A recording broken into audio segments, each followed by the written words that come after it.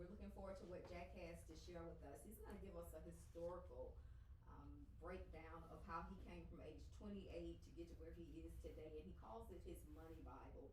So we'll turn it over to Jack. Yes, thank you, Jocelyn, and my son Jack Jr.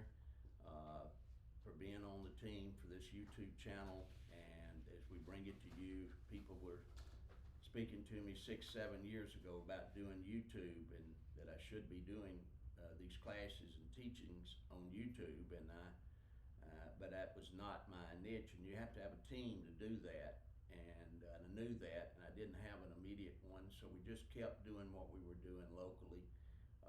But it did later dawn on me that sharing with you across the country is a thing that I, could easily do and would be glad to do. I just needed the support and help. So we're on here today because of that, and we intend to stay on here and teach you throughout the nation who your foes are, who's not for you, and in the financial world, and some of those that would undermine your success, and show you ways to be successful in getting better off financially, and even getting to a point that we call a focus on accredited investor. That's my goal for you. I explained that to you, and I want you to try to put your head around it. It is a possibility. If you know my story from where I came from, you would agree that it is possible for you if Jack Iyer is sitting here before you today, and you would agree. So you don't need any motivation. You just need to know that you're able, you're capable. But you have to get your mind right, as an old coach used to say to me. Get your mind right, and believe that anything is possible for you, and then you get determined to go get yours and your family. So today we're going to focus on the money matrix, and I'm going to teach you one of the most important things in my financial life. For me, and it may not be exactly the way you want to do it today, but this goes back. You may want to do it online on the computer or something of that nature. But I want you to know, get a system that works for you, that you can use, over the years as you progress down the road, and that keeps you aware of everything you need to know relative to your finances and what's important to you, and then keep it in a safe place. Don't share it with anyone much, but maybe somebody real close to you perhaps, and you can share it. But you want to know where you are, number one. Now, I don't care if it's $1,000 or if it's minus 10. Get it down and know where you are in 2024, and then let's walk it out year by year. When you have big years, note why you had a big year. What did you do, or what happened to cause that big jump in your finances? Was it a side business? Was it a second or third business? Was it real estate? Was it a lucky year in the stock market? Whatever it was, you want to note that so that you will have those key things. And then conversely, if you have a negative year, what happened there? Why did that happen? Did you not have stop losses, something to limit the loss that year? Were you just blindsided and just rode it all the way down to the bottom? I did that some early on years. And so, those will teach you a lot in terms of loss prevention. Loss prevention is important, very important to you. And, Warren Buffett, I think of him, he coined the phrase, never lose money, and never lose money. And then number 3 is to remember number 1 and 2. So I'm sure he, like me, has lost some money in the stock market, But I did not do the stock market till I was age 36 and got licensed, so I was never on a roller coaster until that year. And it is interesting, it must have been telling me something. The very first year was a big down year in the market and hit me hard right out of the gate. I got a license, I started investing, I had some surplus. I didn't want to put it in the bank and leave it because they're the worst place to have your money, and it just, you're giving them money to make money on yours, and I know you figured that out. But it's the stock market is risky. You need to know what you're doing or hire a professional that does and has the time to make sure they're looking at yours. But I had rather you make it as I have made it in real estate, investing, maybe lending goes along with it, and then just as importantly can be a side business or a second business where whatever you earn is 100% yours besides the expenses it took to get it. It's not, we do a vocation of work, and many of us, you should give a day's work your best for your employer, but the employer will reap a lot of benefits, and they should, from your work and effort.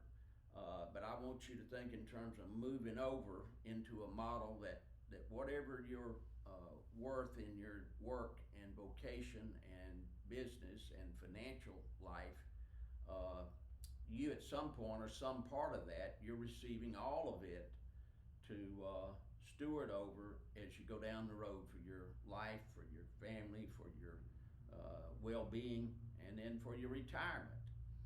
Everything ends up at retirement someday.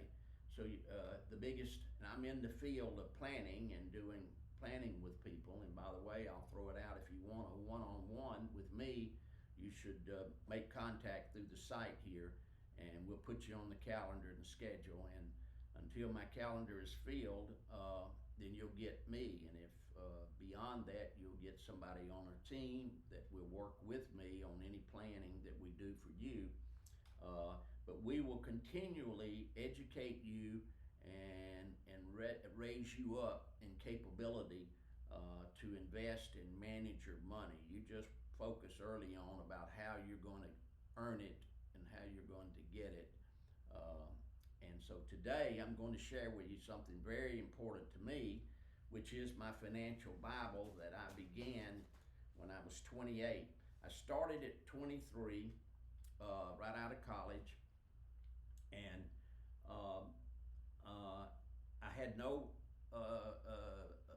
value to the banks. I had no approvable situation with the banks to get any money to do real estate. My minor in college was real estate. My major was insurance and finance. So when I came out of college, I just assumed that I was supposed to be involved in both of those. I tell people probably the best thing college did for me was to deceive me to think that I knew what I was doing in those two fields when I didn't. And so that's okay, but it pushed me out into involvement in both of them because I thought that way anyway. I bought my first house when I was at night. Bought a high school man and ladies that I went to school with. I bought their house from them, and I probably paid too much for it. I know I did, and I bought it at night. And so I don't recommend that. I don't advise you do that, but you're subject to do something like that in your early career. And real estate is so forgiving that if you just hold on to it, it'll forgive its mistake.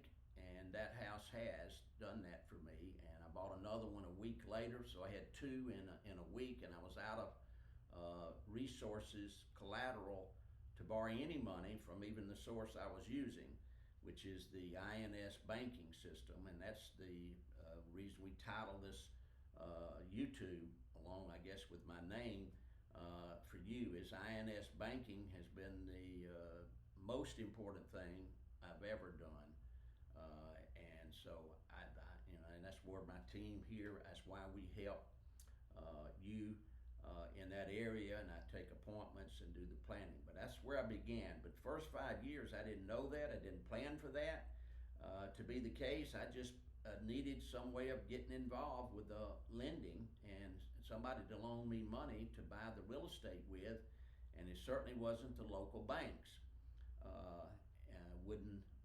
I didn't have a credit score, and this source didn't require that. It was a lending contract guaranteeing me the ability to borrow money and for my real estate endeavors. So I started and I did some record keeping in those first few years, but it was kind of a financial statement that I kept putting together. And then I decided that I wanted to monitor the progress. So I put everything on these accounting sheets.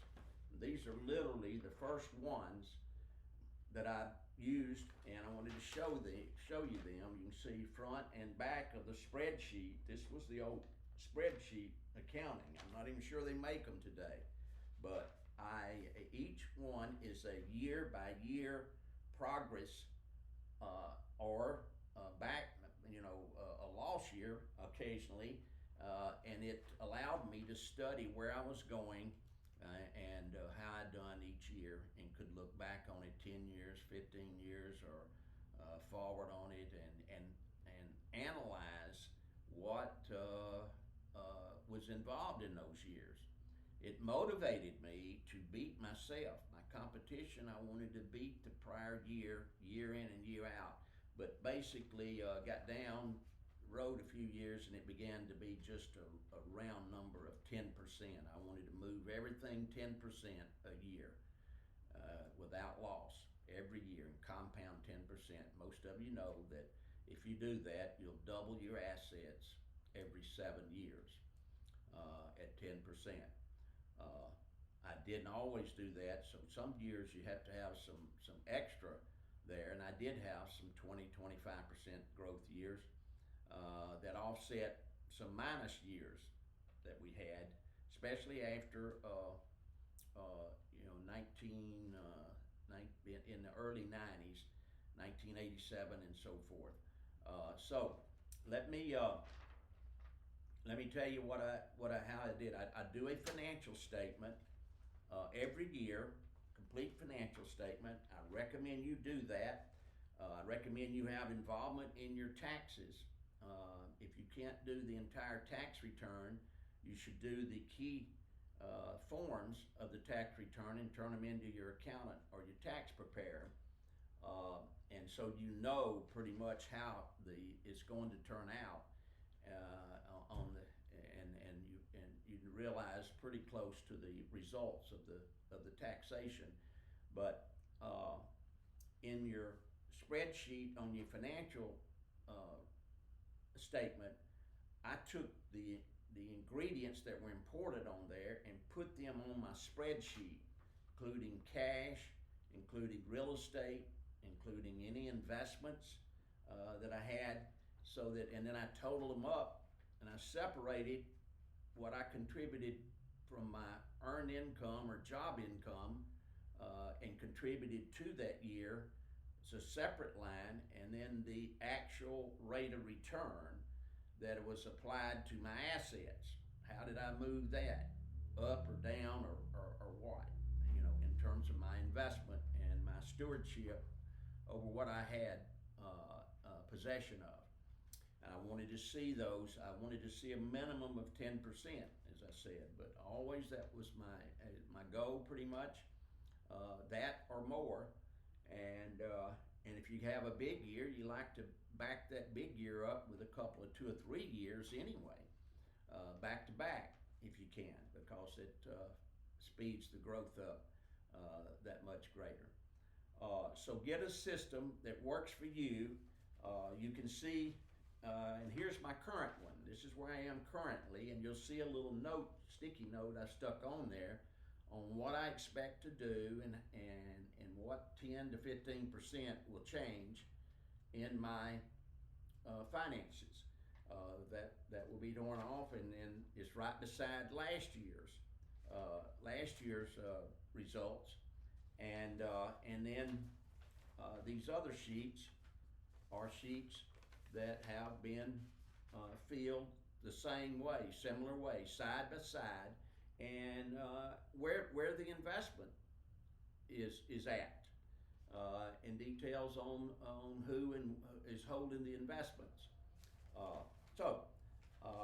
I hope this will help you some, and 2 or 3 times a year, 2 times at least, mid-year and the end of the year, I'm into this black binder here, studying it and seeing mainly, am I on track in June? Am I at 5% up, or 7, 8%, or I'm even already hit my goal at 10% in June? It's kind of where we are today, thank goodness, for the market. My real estate never really, it never varies, other than the fact that I might sell a property or have a pretty big,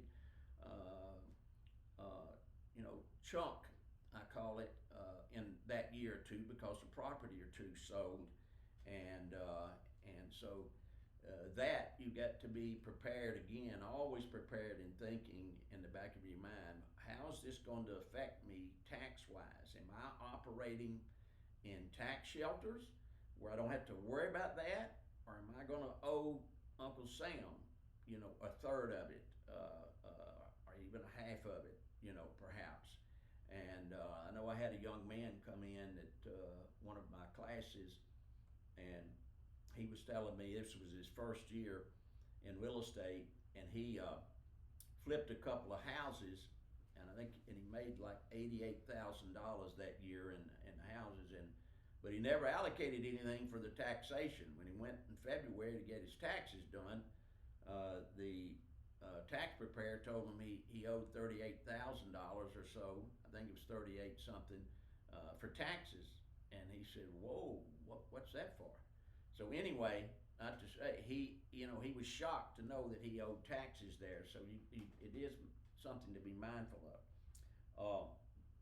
So our next series is going to be on the money matrix, and I'm going to lead this right in. So this is a system for you to consider. It's far better than wandering around with nothing, having no accountability, having no motivation other than just try to do and scatter out there to do something in the financial world, where I would think probably 9 out of 10 are. Get you a system together and let it motivate you, and let it most of all inform you of where you are, how you got there, and how you can use that to do even better in your future. Thank you for being with us today, and I wish you much success in your financial life, and be a good steward, because you can't be a giver unless you have success in your own financial life, are not very consistent or good one, and I want you to be that.